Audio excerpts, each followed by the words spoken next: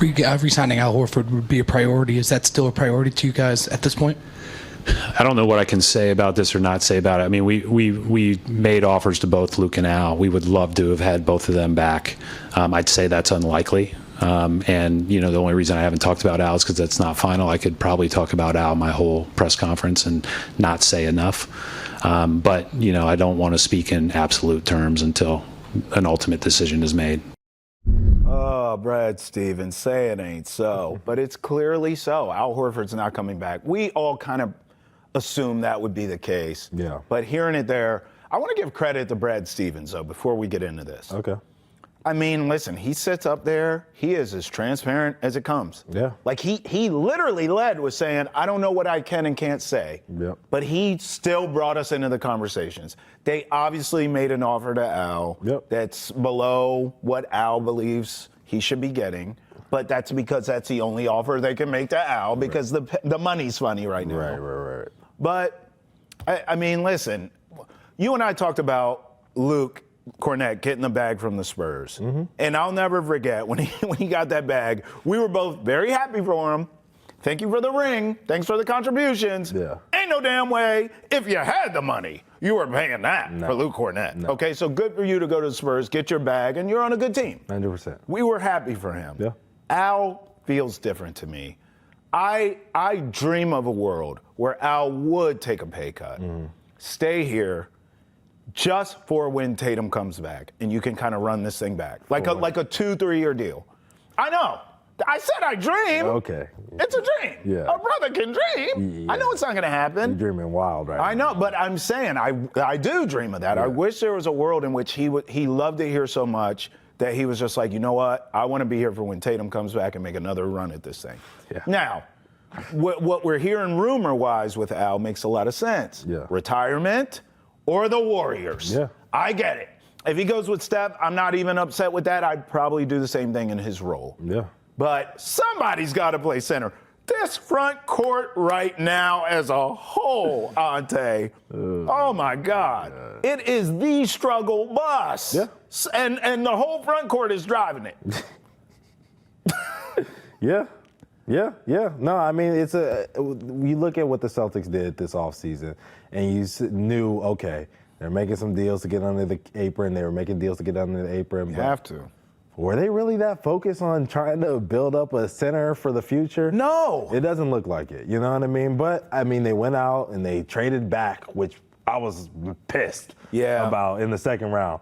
But, I started to learn about this Amari Williams kid. I watched him throughout the year. Yeah. And he looked pretty good with Kentucky, you know what I mean, with Coach Mark Pope. He looked good over there. So, I'm not saying that he's the starting center of the future for the Celtics, right? I'm just saying that this kid is a talent that gets me excited for what the possibilities are for him in this Celtics system. Luka Garza get you excited? No. Okay, so let's talk centers here. Okay. I mean, somebody's got to do it, right? Yeah. I told you, just for the record, rewind back to the first segment. Vucevic is who I want. That is the top of my wish list. Yes. Like Santa, please bring me Vuce, okay? Yep. If you can't go that route, I'm going to give you a guy I have a little history with. Okay. Thomas Bryant. And I'm not saying he's the answer. Stay with me. Why does his name keep coming up? Because go ahead. Here's why. First of all, let's start with recent. I liked the role he played with the Pacers. Yeah. I thought he did really well. Yeah. He was energy. By the way, this has been his whole career. Yes. He was energy. Yes. He did he's it a with big the Wizards. body. He did it with He's the Lakers. Yes. Yeah. He's a big body. He is athletic.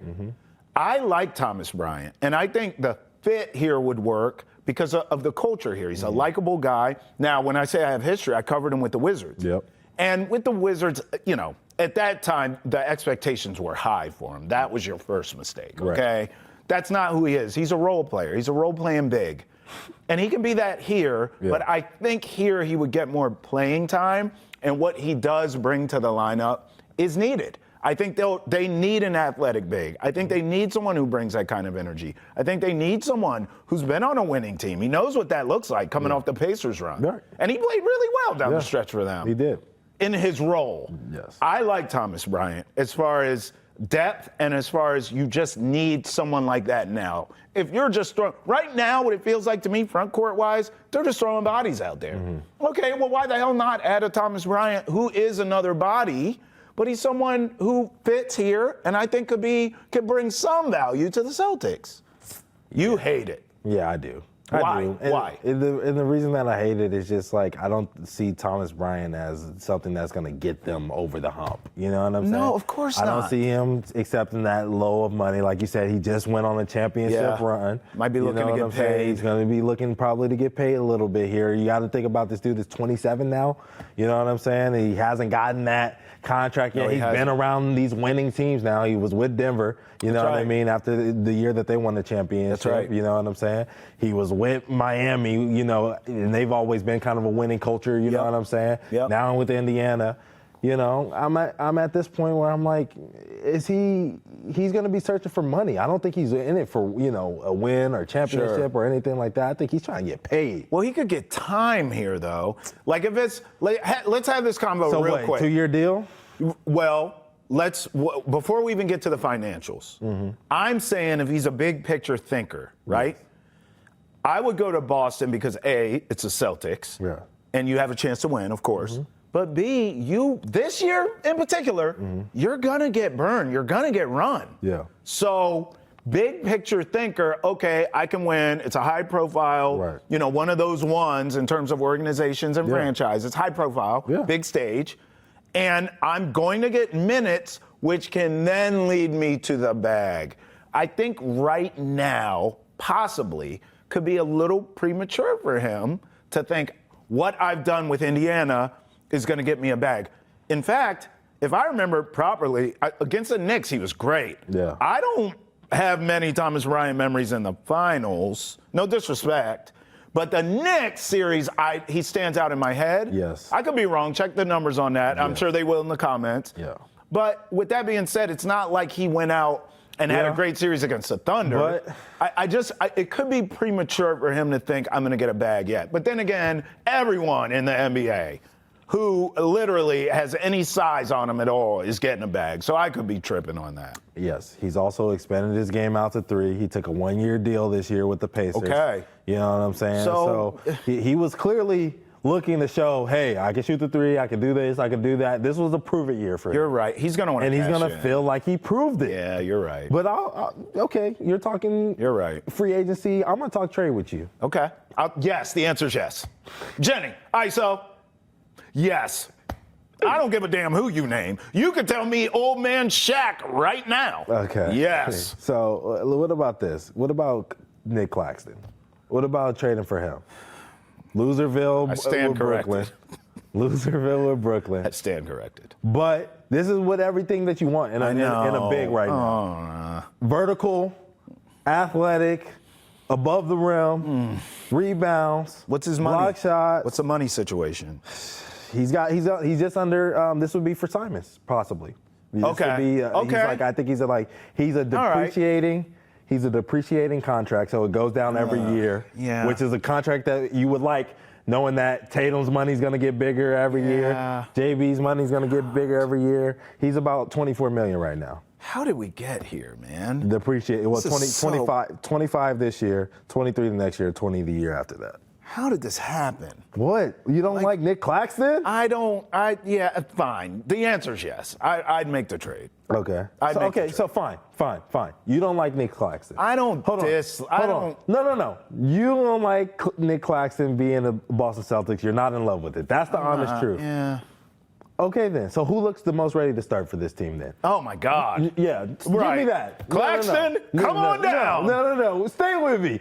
Who looks the most ready? No one. We haven't seen Williams play a game yet. I'd still give him the start. Garza hasn't played a game in the Celtics jersey I've seen enough in other jerseys. And not interested. Queta No. was the young guy that we were hoping that would come along. And defensively, he never just came along. He faded in the playoffs because of it. Tillman, no. And None Tillman of them. hasn't played here for whatever reason. None. I like Tillman, but I just don't think he fits whatever the Boston Celtics are I'll trying to take do. the youngster.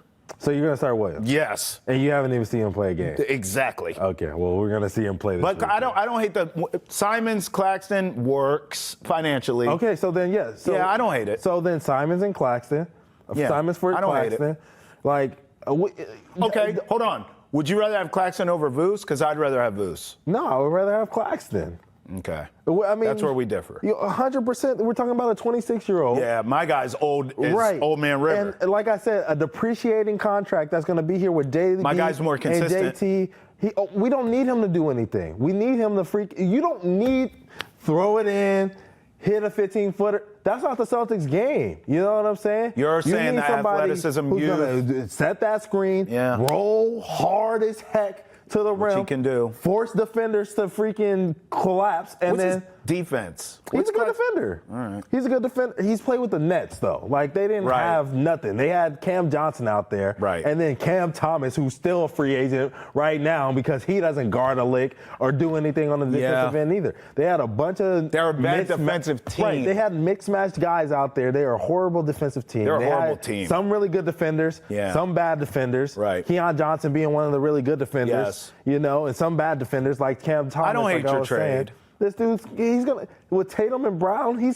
all you got to do is. And he's young. Roll to the rim, block shots. He's showing the ability that he's getting better with his free throw making, so dudes can't just foul him and do whatever. But you see He's a good player. you see where we differ a little? Like hearing you kind of paint the picture for me, and it makes a lot of sense. Yeah. You're still thinking long term, which makes sense. And that's probably what Brad Stevens is doing. I'm thinking about next season. So I'm in love with the Vooch idea of I can pencil in 19 and 10 a night, and I don't look like trash in the front court. Yes. Whereas then you have to figure out, okay, but then he's a free agent, and he's 36 by then or whatever. So you got to figure that out. Whereas with your scenario, the finances work now. So does Vooch, but the finances work now, and they work long term. Right. And it's a young guy who can grow within your system. 100%. I can't knock it. I see the vision. 25 last year, averaged 10 points a game. I see the vision. I understand what you're saying, but he's getting better. He's getting better. He is. He's growing. Hopefully the free throw numbers keep to climb and he gets more touch and he can do some more things around the basket. But realistically, with the Celtics team, they weren't doing things around the basket anyways. Al Horford's getting a rebound, they were kicking out. You know what I mean? No, that's KP fair. was getting a rebound, he was kicking out. Like, it is what it is. There's another glaring need, too, at point guard. Do you have any more big men, or can I move to point guard? You can start with point guard. All right, so here's the deal. We all love Peyton Pritchard around here. We do. I want to like lead with that. Yes. However, I mean, let's assume he's your starting point guard next season. You're going to need to figure out the production at the six man. Yes. And also, what if he struggles as your starting point guard? Yeah.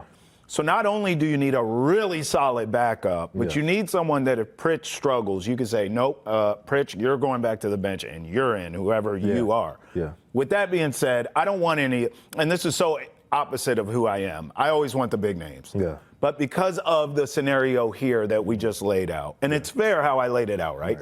Because of that, I'm not interested in a CP3. Yeah. I'm not interested in a Russell Westbrook, who's still available. I'm not interested in any of these big name dudes. I kind of like Cameron Payne. And the reason why is because he's not a pain in the arse. Okay. So he's you're a good thinking free team. agency. Yes. Okay. He's and I like that you're going the trade angle, but I'm thinking who's available to me, okay? He should work financially. He's not a pain in the arse. He's never been a me guy. Teammates like him. Yeah. He's okay as a shooter. Yeah. He's a good defender. Yeah. I like Cameron Payne, and I think he's a kind of player you can bring in. He'll fit into your culture. Yeah. He'll be a backup. And then if you have to start him, it's not the end of the world. Yeah. If you send Pritchard back to the bench and he's your starter. He's a capable, what's the word I'm looking for? Serviceable point guard in the NBA. Starter or backup. Yeah. Is that fair? That's fair. Okay. I like campaign. I think he's done a lot of great things. I think he's a winner. I think he brings a lot of the things that Brad is asking for. He Energy, works. winning, fighter, defense. Claw. He's Boston energy. You know what I'm saying? He's a FU energy. Yes. You know what I'm saying? I think it's a good fit. So I would agree with that. I'm going to give you a trade really quick. Okay. All right. We've been talking about trading Simons all day. So we'll figure out the money with this one. Okay. Simons and either Hauser or Tillman. All right. I'm good with this so far. Sign and trade for Josh Giddey. I said Giddy a while ago, like maybe during the season, and everyone went off on me. Yeah. But it wasn't for basketball, it was because of who he is. Yeah. Okay? And Right. that matters. That matters. because these are all good guys here. Right. They're all good dudes. Yes. And that does matter. They brought in Niang, so I don't even care about any of that. Looks like they're gonna keep bro. So go ahead, good dudes, yeah, likable, all this, whatever. You couldn't just. I'm just saying, like, clearly that it doesn't matter that much, right? Like, they don't like him, and he's on the team right now. We couldn't go one show without taking shots at Niang, dog. Go, bro. Go. You just couldn't help yourself, No, dog. go, bro. Look, I like his game. I like his game. Yeah. And I think he works here. But if I'm not mistaken, he's expensive. I don't have the numbers in front No, of me. so he's looking for about. I think I've heard he's looking for 30. Yeah, no, it's not going to work. He's a restricted free agent. I think he's gonna settle around 25 to 28. But still I'm not saying gonna we're work. playing Simons for 27. Yeah, but you're trying to move that. But but like if we can get him for 25, hey, bro, you want to play in Boston, blah blah blah. Maybe that's where I don't believe. I don't think you're Chicago getting him might match and right. say, you're F not you. getting him. For You know 20. what I'm saying? I don't think 25 is a real number. I don't think it's happening. I think he wants to get paid, which I respect, and someone will pay it. Yeah. Celtics won't. I guess in your scenario. But that's why I also added Hauser, because Hauser would open up another Hauser 10 million. would. You know what I'm saying? That's why I said Simons and Hauser for Giddy. Okay. That would open up another 10 let's million. have this combo real quick. Right. So I like Campaign because Campaign can be my starter, or he can come off the bench. Yes. You with me? Yep. If you trade for Giddy, I mean, I'm sorry, Peyton Pritchard's not your starter. Yeah, he's coming off the bench, which is good for me. I'm looking for the future. You see the way that I'm building it. But I'm aren't trying we to build going into for Tatum's this? back. Aren't we going into this assuming he's your starting point guard? I'm not. I think the Celtics are. You can, but that's what I mean. Yeah, Brad said that Peyton has been doing great in his work ethic and all that other stuff. We listened to him talk about it last episode, but Sounds like a starter.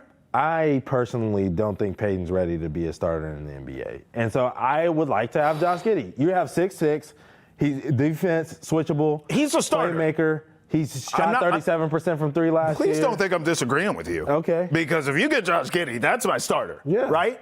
What's wrong with that? What's wrong with Peyton coming off the bench? He did it. He's $6 million a year. Even hearing Brad talk, it does feel like Peyton Pritchard's going to get an opportunity to start. And I think if you trade for Josh Giddey, that's not going to happen. Yeah. And I don't think that's necessarily fair to Pritchard.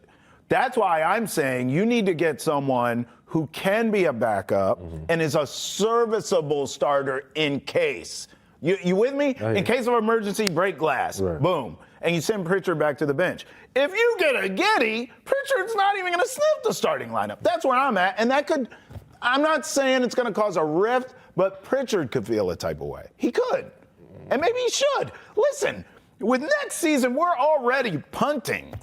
Like, it's already a punt. Why not give the kid an opportunity to start? I don't think you're punting if you're you get Giddy, you're not. You have a Giddy, you have Derek White, you have Jaylen Brown. Then you're not punting. That don't sound like a punt to me. I would agree with that. That sounds like a 5 seed in the East. Yeah, maybe Solidified. higher Maybe in the higher. East. Maybe higher. Maybe. Right. I don't hate it. With moves to go at the big, hopefully Chris Boucher, Al, if you want to come back, I think some minimum deals, It's not going to happen. deals. It's not going to happen. It's not going to happen. I think I brought up Giddy at the deadline. Maybe that's what it was, and everyone just went after me. Yeah.